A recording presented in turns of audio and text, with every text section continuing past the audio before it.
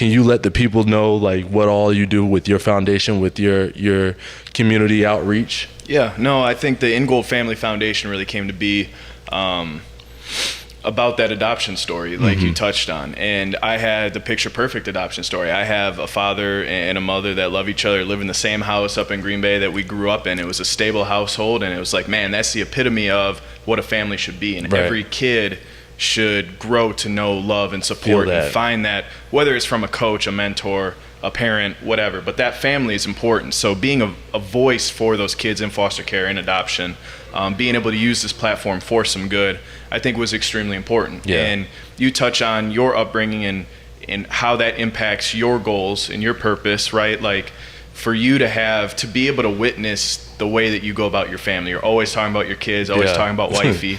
It's cool and it's inspiring to be able to know the amount of adversity you may go through at a young age can really impact and help other people find their voice, and not just by words but by actions. And that's what you do on a daily basis. So that's where a family foundation, where we can play a game of Madden with some kids and just get their mind off of it, put on a foster care football camp, and allow kids to come from caseworkers or home structures that are wrong and be able to go play some football with some Dolphins for the day, and just like get their mind off things, whether it's education on financial literacy, different things that can set them up for a strong, stable future where they can stand on their own 2 feet is really the basis of our foundation.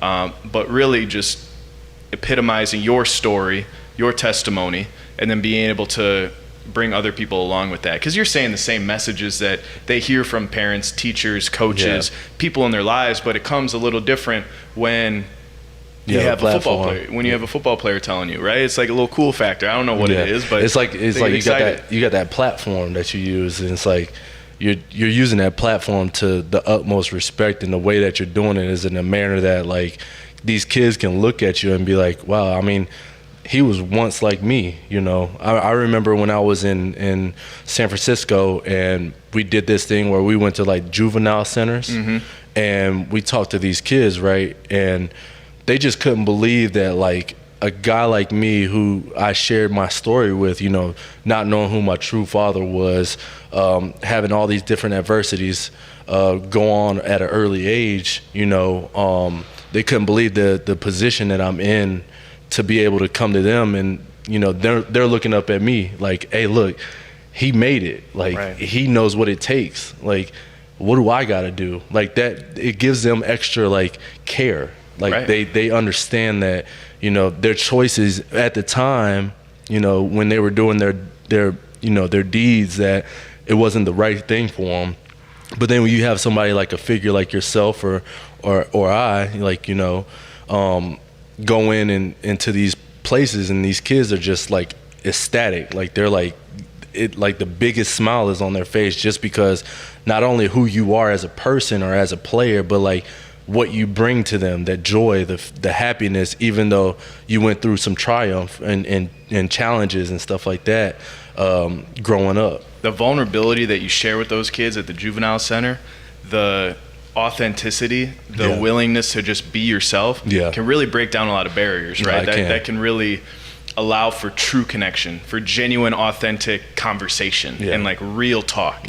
And that's where I think a lot of like you want to protect your platform, you want to speak right, you want to make sure that you're all politically correct, but at the end of the day, the kids have the best BS meters in the world, man. They know they know what you're talking about, whether that's real or if it's fake. And if you've been through it, if you've lived it, and you can be real with how you felt during that process, it's like, dang, now these kids can be real and authentic with how they're going about it. And that's a cool way to be able to show your stepping stones, your blueprint of where you start and where you've gone. And now it's like, okay, take this blueprint. Now go do whatever you want to do. One of those camps we did is a money mini camp, financial literacy, professional job development. Which I think that was awesome. It's shows them different blueprints. You don't have to be, whatever cookie cutter thing you want to be or what you're supposed to think. And to show those blueprints and have kids be like, man, I might be an entrepreneur. I might, be able to express myself, be creative over here. One kid wanted to be an astronaut. It's like, man, be proud of that. Like whether it happens or not,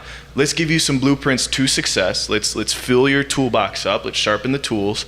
But then let's let you take that wherever you want it to go. You don't have to want to be a football player. You don't want to have to be a podcaster. You don't have to want to do whatever you want to do. Whatever's in your heart, man, be proud of that. And then go chase it relentlessly. Be motivated. And that's why I started my foundation as well, Ways of Success Foundation.